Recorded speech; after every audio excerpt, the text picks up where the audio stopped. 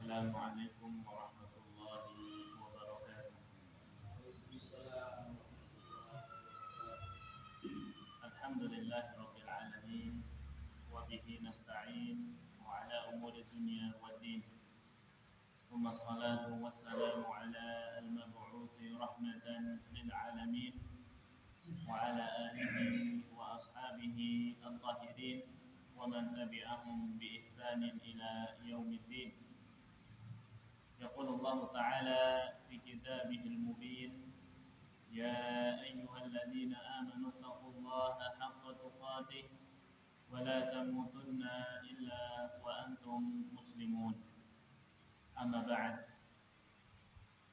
سبحانك لا علم لنا إلا ما علمتنا وعلمنا ما ينفعنا وانفعنا بما علمتنا وزدنا علما وعملا.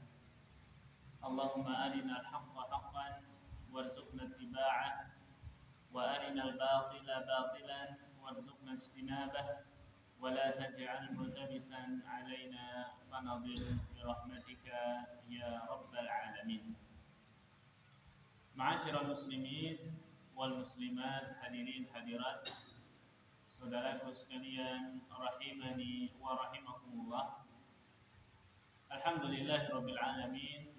Puji syukur kita panjatkan kepada Allah Subhanahu wa taala yang telah memberikan kemudahan, yang telah memberikan taufik serta bimbingannya kepada kita semua, sehingga kita masih bisa melaksanakan apa yang menjadi kewajiban kita, yaitu salat maghrib. Begitu juga kita bersyukur kepada Allah atas kemudahannya, sehingga pada malam hari ini kita kembali bisa duduk bersama untuk kita gunakan dalam rangka menuntut ilmu, menunaikan salah satu dari kewajiban-kewajiban kita sebagai seorang muslim. Karena baginda yang mulia alaihi salatu wassalam pernah bersabda, talabul ilmi fardhatun ala kulli muslim. Ya, menuntut ilmu itu adalah satu kewajiban bagi setiap orang muslim. Jamaah kaum muslimin rahimani wa rahimakumullah, kita akan melanjutkan kembali pembacaan hadis-hadis Rasulullah sallallahu alaihi wasallam yang disebutkan oleh Al-Imam Ibnu Hajar Al-Asqalani rahimahullahu taala di dalam kitab beliau Bulughul Maram, di mana kita masih membahas atau membaca kitab Al-Jami', yang mana kita telah sampai pada bab tentang anjuran untuk meninggalkan perbuatan-perbuatan yang buruk, perbuatan-perbuatan yang tercela yang dilarang oleh agama al-Islam. Hadis yang berikutnya yaitu adalah hadis yang diriwayatkan oleh sahabat Ibnu Umar. Semoga Allah Subhanahu wa taala meridai keduanya tentang larangan berbuat kezaliman. Qala al-muallifu rahimahullahu taala, berkata penulis, semoga Allah merahmatinya, wa 'an Ibnu Umar radhiyallahu anhuma qala, dari sahabat yang mulia Ibnu Umar, Abdullah Ibnu Umar Ibn al-Khattab radhiyallahu anhuma, bahwasanya beliau pernah mengatakan, qala Rasulullah sallallahu alaihi wasallam, Rasulullah sallallahu alaihi wasallam pernah bersabda, "Adz-dzulmu dzulumatun yaumal qiyamati, muttafaqun alaih." Kezaliman itu kelak pada hari kiamat akan menjadi kegelapan dan kegelapan. Al-zulmu, kezaliman yang dilakukan oleh seorang hamba di dunia, kelak pada hari kiamat akan menjadi kegelapan-kegelapan. Hadis ini muttafaqun alaihi, disepakati oleh Imam Al-Bukhari dan juga Imam Muslim. Hadis yang berikutnya itu masih sama, ya, menjelaskan tentang larangan berbuat zalim. Wa an Jabir radhiyallahu anhu, dan dari sahabat Jabir, semoga Allah meridainya, qala, beliau pernah berkata, qala Rasulullah sallallahu alaihi wasallam, Rasulullah sallallahu alaihi wasallam pernah bersabda, ittaqul zulma, hati-hatilah kalian dengan kezaliman. Fa inna zulma zulumatun yaumal qiyamah, karena sesungguhnya kezaliman yang dilakukan oleh seorang hamba di dunia itu akan menjadi kegelapan pada hari kiamat. Wattaqus syuhha, dan hati-hatilah oleh kalian sikap syuh. Syuh ini adalah kebakhilan yang sudah melampaui batas. Sifat bakhil, sifat pelit, tetapi yang sangat parah, gitu ya. Hati-hatilah oleh kalian sikap syuh. Fa innahu ahlaka man kana qablakum, karena sesungguhnya sikap bakhil ini, sikap syuh ini adalah yang telah menghancurkan, membinasakan umat-umat sebelum kalian. Akhrajahu Muslimun. Adapun yang kedua ini, ya, diriwayatkan oleh Al-Imam Muslim rahimahullahu taala. Inilah yang akan kita bahas pada malam hari ini insyaallah, yaitu tentang hadis yang melarang perbuatan zalim, berbuat kezaliman, dari dua hadis yang tadi kita sebutkan.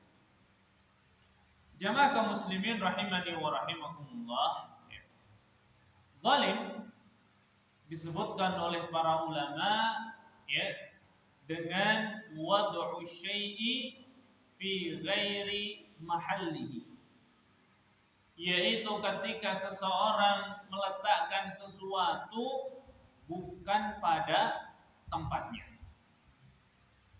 Kapanpun seseorang berbuat sesuatu bukan pada tempatnya, itulah yang disebut dengan kezaliman.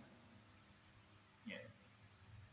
Dan kezaliman ini disebutkan oleh para ulama juga, ya, dilihat dari, ya, perbuatannya, maka terbagi menjadi tiga. Ada yang, ya, berbuat zalim kepada Allah, ya, yang berkaitan dengan hak Allah. Kemudian yang berikutnya berbuat zalim kepada diri sendiri. Yang ketiga adalah berbuat kezaliman kepada sesama makhluk Allah Subhanahu wa taala, sesama hamba Allah Subhanahu wa taala. Adapun kezaliman yang pertama, yaitu berbuat zalim kepada Allah, dan jelas ini adalah sebesar-besarnya perbuatan zalim, yaitu adalah berbuat kesyirikan kepada Allah Subhanahu wa taala. Allah Subhanahu wa taala berfirman di dalam surat Luqman, mengisahkan tentang nasihat Luqman kepada anaknya. Ya. Ya bunayya la tusyrik billah. Wahai anakku, janganlah kamu berbuat kesyirikan, mensekutukan Allah. Inna syirka la zulmun adzim. Sesungguhnya berbuat kesyirikan kepada Allah itu adalah kezaliman yang sangat agung, kezaliman yang sangat besar. Kenapa berbuat kesyirikan disebut dengan kezaliman? Ya karena dia tidak meletakkan sesuatu pada tempatnya. Sebagaimana definisi dari kezaliman tadi, yang semestinya seseorang itu meletakkan, mempersembahkan ibadahnya itu hanya murni untuk Allah, ya, dia serahkan ya untuk selain Allah, atau dia serahkan sebagiannya untuk Allah, sebagiannya untuk selain Allah. Maka dengan berbuat yang seperti itu, dia telah meletakkan sesuatu tidak pada tempatnya, dan itu disebut dengan kezaliman. Adapun kezaliman terhadap diri sendiri, yaitu dengan berbuat maksiat, dengan berbuat dosa, ya, melanggar apa-apa yang Allah Subhanahu wa taala haramkan atasnya. Ya. Bagaimana perbuatan yang seperti ini disebut dengan kezaliman terhadap diri sendiri? Ya, karena dengan berbuat kemaksiatan, dengan berbuat dosa, ya, dia telah ya, menempatkan dirinya untuk dihukum oleh Allah Subhanahu wa taala. Ya. Dan yang seharusnya dilakukan adalah dia mentaati Allah, tidak melanggar apa yang dilarang oleh Allah Subhanahu wa taala tersebut. Ketika dia letakkan larangan itu justru dengan dilakukan, maka dia telah meletakkan sesuatu bukan pada tempatnya, dan ini adalah kezaliman. Adapun kezaliman yang ketiga, yaitu kezaliman kepada sesama hamba Allah, ya, sesama makhluk Allah, ya, inilah yang sering ya kita kenal dengan istilah kezaliman. Dengan memanggil atau dengan mengambil hartanya, ya, memukul, ya, mengumpat dan lain sebagainya. Dan yang dimaksud di dalam hadis ini, ya, dan pembahasan ulama tentang kezaliman, yang mereka maksud adalah kezaliman yang ketiga, yaitu kezaliman ya kepada sesama hamba Allah Subhanahu wa taala. Apakah tidak dibahas kezaliman yang pertama dan yang kedua? Dibahas, tetapi dengan istilah lain, yaitu tentang tauhid, ya, tentang kesyirikan, ya. Baik. Jamaah kaum muslimin rahimani wa rahimakumullah. Kemudian kezaliman ini ya, adalah sesuatu yang diharamkan di dalam agama Islam. Diharamkan oleh Allah Subhanahu wa taala. Baik kezaliman yang besar maupun kezaliman yang kecil.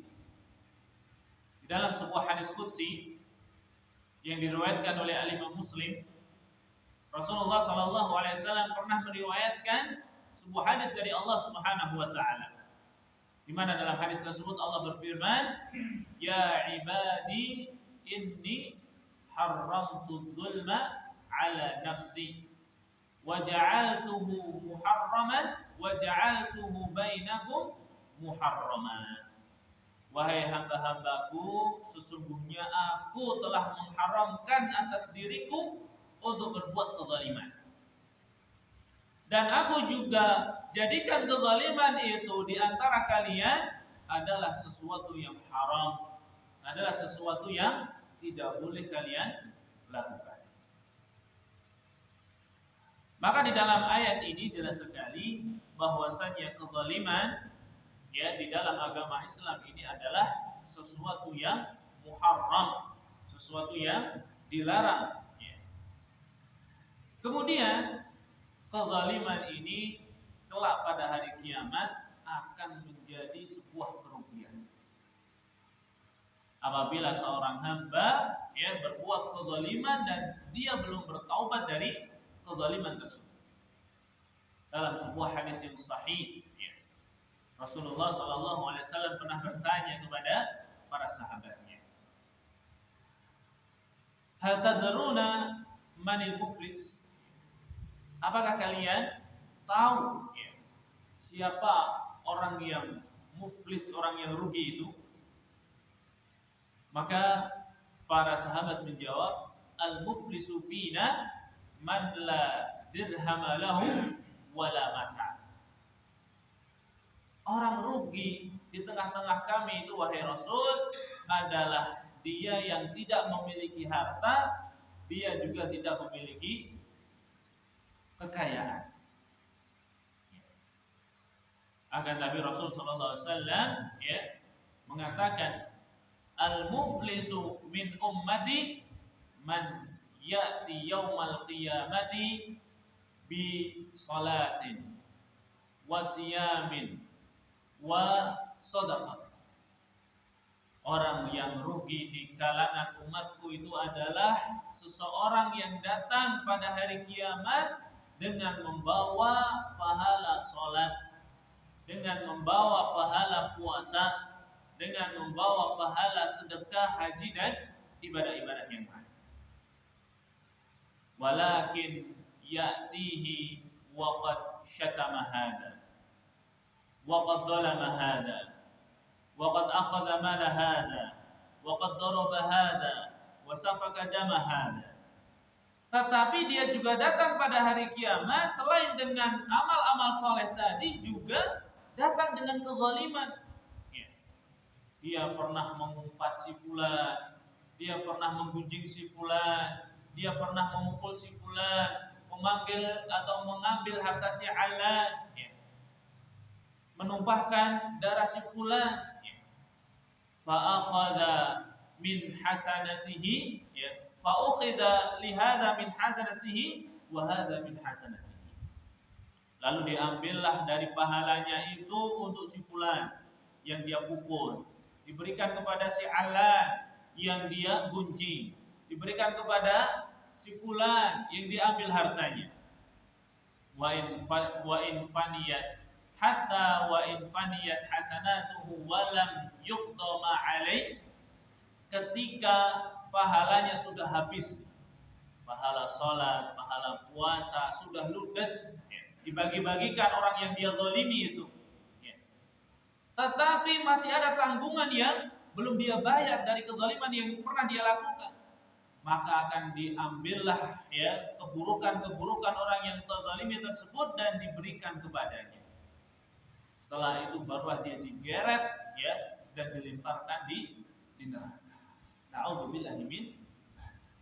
Maka kezaliman yang diperlakukan oleh seorang hamba dan dia belum bertaubat dan dia belum meminta kehalalan orang yang dizalimi, maka pasti akan datang suatu hari di mana dia akan sangat menyesalinya.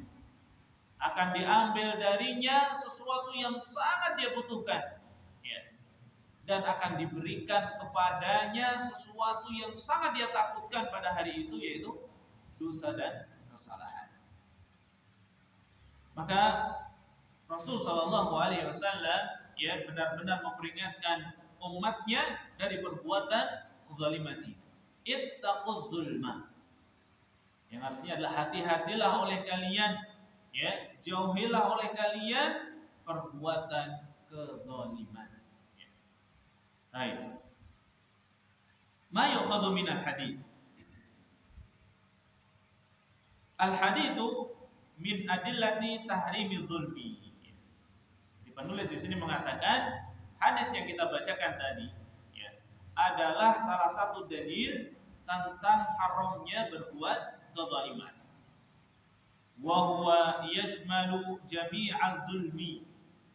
Dan larangan tersebut, larangan berbuat zalim tersebut menyakup seluruh jenis kezaliman, baik itu kezaliman kepada Allah dengan berbuat kesyirikan, berbuat zalim kepada diri sendiri dengan melakukan dosa dan maksiat, karena dengannya dia telah menempatkan dirinya untuk dihukum, untuk diazab oleh Allah, berarti dia telah berbuat zalim kepada dirinya atau berbuat zalim kepada sesama makhluk Allah. Wa 'adhamuhu asyirku billahi ta'ala. Dan dari ketiga jenis kezaliman itu jelas yang paling besar, jelas yang paling agung adalah kezaliman kepada Allah, yaitu adalah dengan berbuat kesyirikan. Allah Ta'ala berfirman, inna syirka la zulmun 'adzim. Sesungguhnya kesyirikan itu adalah kezaliman yang sangat agung. Dan Allah Subhanahu wa taala juga berfirman di dalam hadis qudsi, ya ibadi inni haramtu dzulma ala nafsi wa ja'altuhu bainakum muharrama. Wahai hamba-hambaku, sungguh aku telah mengharamkan atas diriku kezaliman. Ya, di mana Allah Subhanahu wa taala tidak akan dan tidak mungkin ya berbuat kezaliman kepada hambanya. Ya. Wa ja'altuhu bainakum muharrama, dan aku juga telah menjadikan kezaliman di antara kalian sebagai sesuatu yang muharram. Wal ayatu wal hadithu wal atharu fi tahrimi zulmi wa bayani qubhihi katsiratun jiddan. Ya, ayat-ayat, hadis-hadis, riwayat-riwayat dari para sahabat, para tabi'in tentang haramnya berbuat kezaliman, ya, dan juga jeleknya atau penjelasan tentang jeleknya keburukan atau jeleknya kezaliman ini katsiratun jiddan. Sangat banyak katanya. Qala Ibnu Rajab, berkata Al-Imam Ibnu Rajab Al-Hambali rahimahullahu taala, al-zulmu naw'an. Kezaliman itu ada dua macam.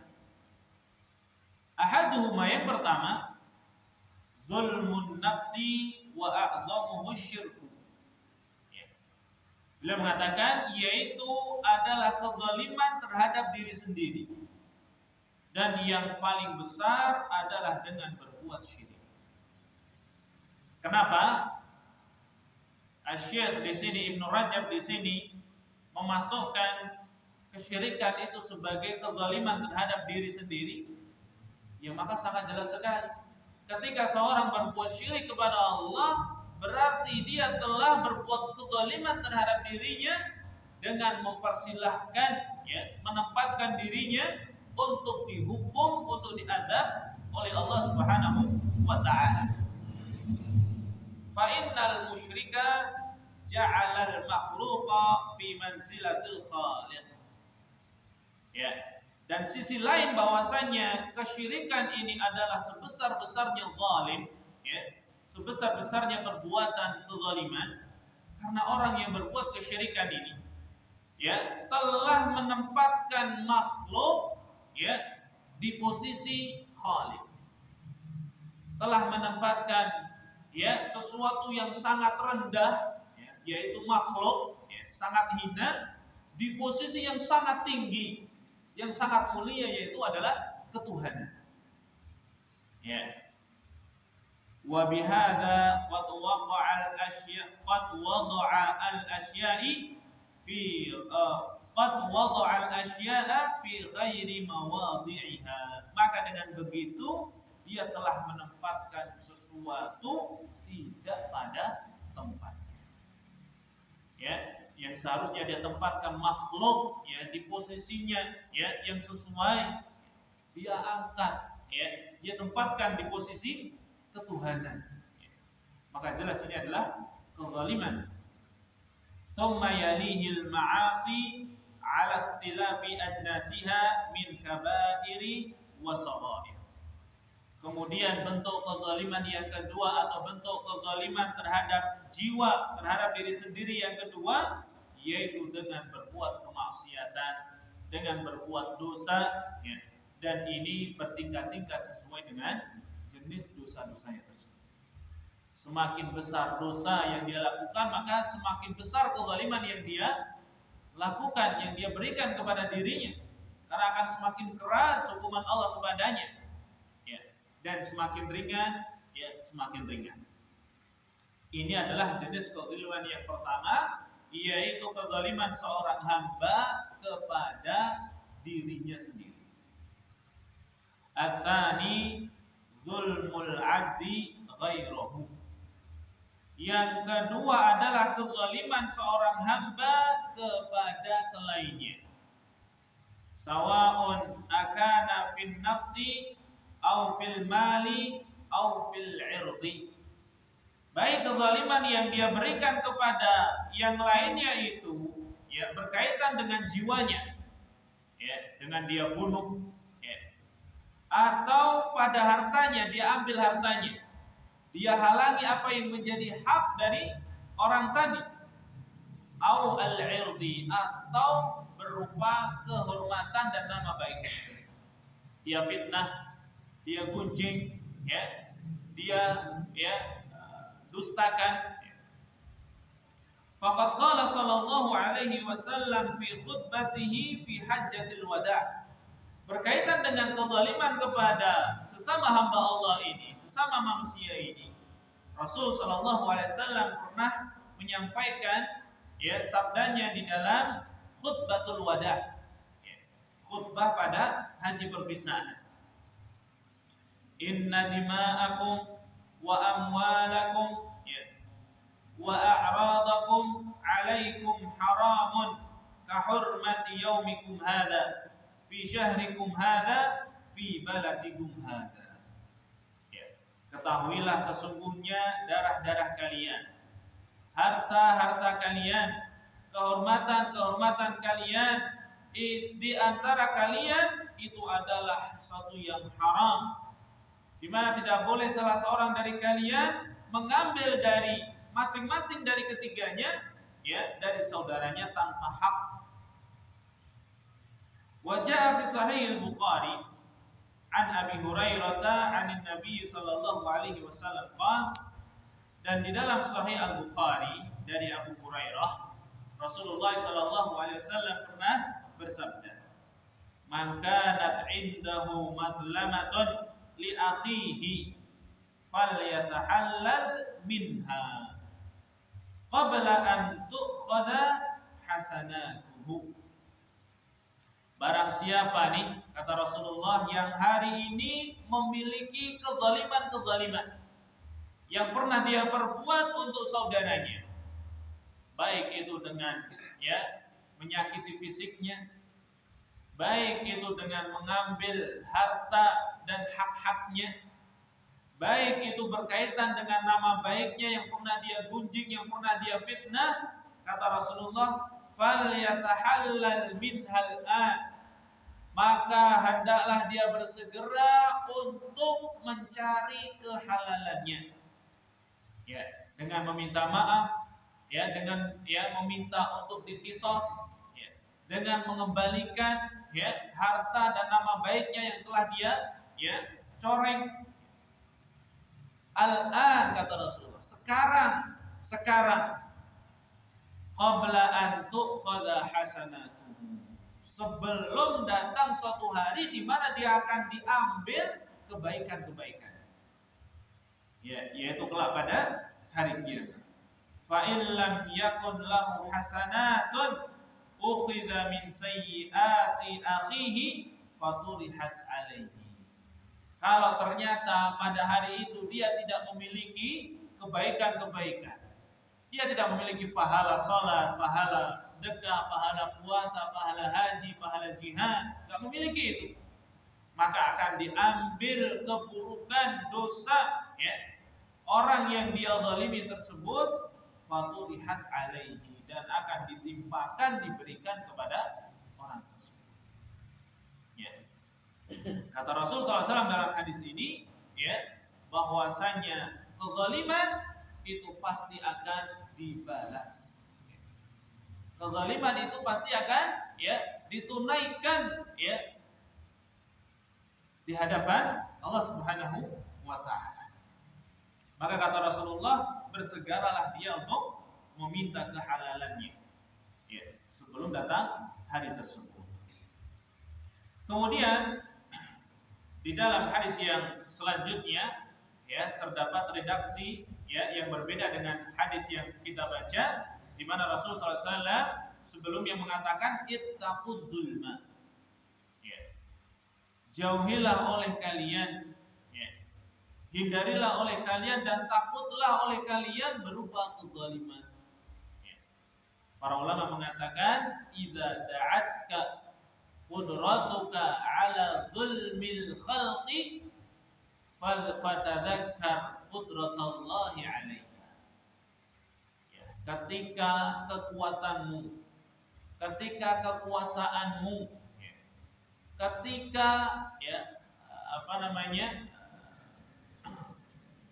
jabatanmu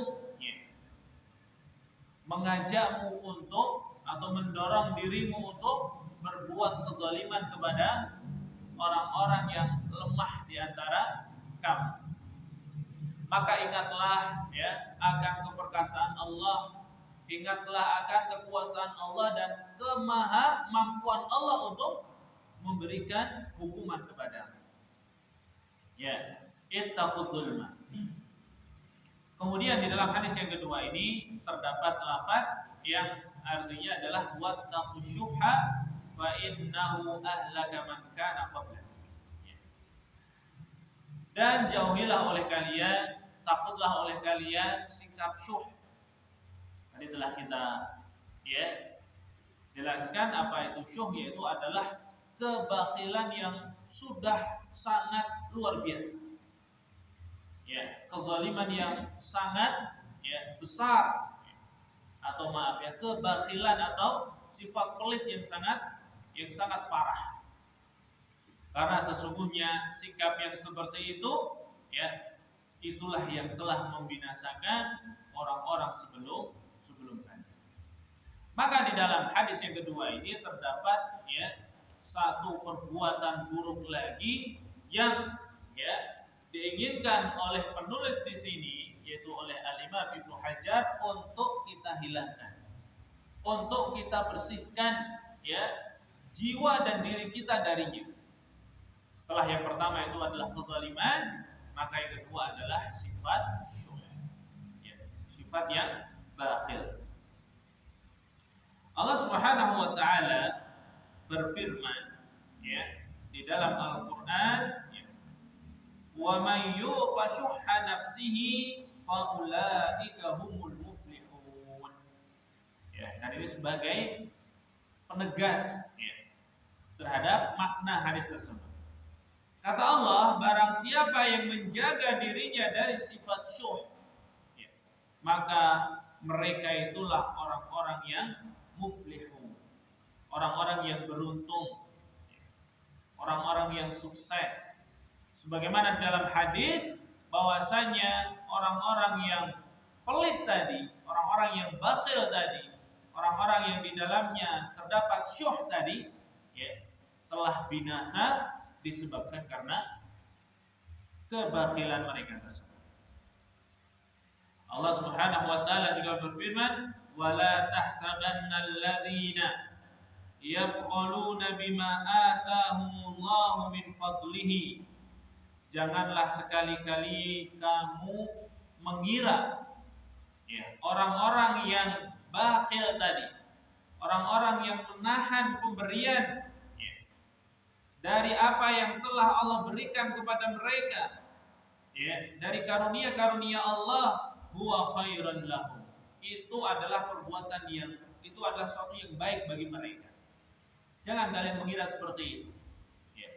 Wah, menjadikan hartanya tidak berkurang, menjadi hartanya tidak tetap seperti itu. Jangan kalian mengira seperti itu. Bal huwa syarrun lahum. Bahkan pada hakikatnya itu adalah keburukan bagi mereka. Hakikatnya itu adalah sesuatu yang jelek bagi mereka. Sayutawwaquna ma bakhilu bihi yaumal qiyamah. Kelak mereka akan dihukum dengan harta yang mereka tahan, dari harta yang mereka bakhil untuk mengeluarkannya pada hari kiamat. Dalam sebuah hadis dijelaskan harta yang mereka tahan, terlebih harta-harta yang wajib yang harus mereka bayarkan seperti zakat, ini akan dijadikan oleh Allah Subhanahu wa taala dalam rupa, dalam bentuk hewan yang sangat mengerikan. Jadi seekor ular, seekor kalajengking dan kelabang yang kelak akan digunakan untuk menyiksa mereka. Dalam riwayat yang lain juga dikatakan akan dijadikan setrika yang sangat panas, yang dengan itu mereka akan disetrika punggung-punggung mereka. Wa may yabkhal fa innama yabkhalu an nafsihi. Bahkan Allah Subhanahu wa taala berfirman, barang siapa yang berbuat bakhil, sungguh dia telah berbuat bakhil kepadanya. Artinya dengan perbuatan bakhil yang dilakukan oleh seorang hamba yang dia mengira itu adalah keburukan kepada orang yang dia bakhil, karena dia jadinya tidak mendapatkan harta. Ya. Tetapi Allah mengatakan, ya, sungguh keburukannya itu justru adalah untuk dirinya. Bahkan Rasulullah SAW di dalam sebuah hadis riwayat Imam Ahmad dan juga Tirmidzi, bahwasanya kebakhilan ini akan menjadikan penghalang seorang dari surga Allah Subhanahu wa taala. Qala sallallahu alaihi wasallam, la yadkhulul jannata bakhilun. Tidak akan masuk surga orang-orang yang bakhil. Nah, dan ketahuilah bahwasanya bakhil ini adalah penyakit ma'asyiral muslimin. Bakhil ini adalah penyakit yang semestinya seorang mengobati, dan dia dihilangkan dari dirinya. Dan di antara hal yang dapat menjadi wasilah seorang itu untuk menghilangkan dari dirinya sifat kebakhilan, apalagi yang sudah pada tingkat syuk ini, yaitu kebakhilan yang sudah luar biasa, yang sudah sampai pada titik tidak mau mengeluarkan apa yang wajib untuk dia keluarkan dari hartanya, berupa zakat apabila dia telah wajib membayarnya, dengan memberikan nafkah kepada anak istrinya, atau pada keadaan-keadaan penting yang dimana wajib baginya untuk bersedekah atau untuk mengeluarkan hartanya. Misalnya dalam keadaan jihad, yang kaum muslimin sangat membutuhkan perbekalan, seperti dulu pada zaman Rasulullah SAW ketika Rasulullah mengumpulkan untuk perang Tabuk. Maka orang yang syuk ini tidak mau memberikannya, tidak mau mengeluarkan hartanya. Maka jelas ini adalah satu yang sangat berbahaya baginya. Bahkan dalam hadis tadi dikatakan itu akan membinasakan pelakunya sebagaimana telah membinasakan kaum-kaum sebelum kita. Dan orang yang seperti itu jelas bukan orang-orang yang muflihun, bukan orang-orang yang sukses. Karena Allah Ta'ala mengatakan, barang siapa yang menjaga dirinya dari sikap syuh, dia adalah orang-orang yang sukses. Maka di antara sebab tentunya dengan memperhatikan ancaman-ancaman, peringatan-peringatan dari syariat tentang sikap syuh, dan dia takut. Kemudian yang berikutnya hendaknya dia sadari bahwasanya apa yang dia infakkan, apa yang dia keluarkan dari hartanya di jalan Allah, maka pasti Allah Subhanahu wa taala akan menggantinya. Allah Subhanahu wa taala berfirman,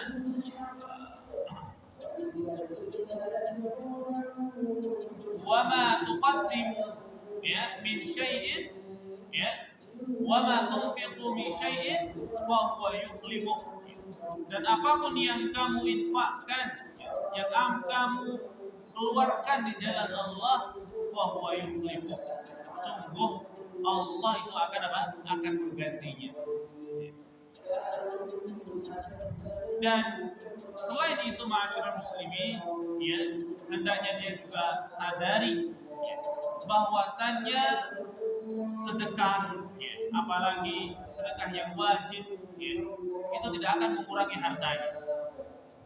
Salah jika dia berpikir bahwasanya harta yang dia sedekahkan itu mengurangi. Bahkan pada hakikatnya dia menambah harta itu sendiri. Rasulullah SAW bersabda, "Ma naqasat shadaqatun min mal." Sedekah itu sekali-kali tidak akan mengurangi harta seseorang. Bahkan dia akan semakin menambah keberkahannya, menambah kelipatannya.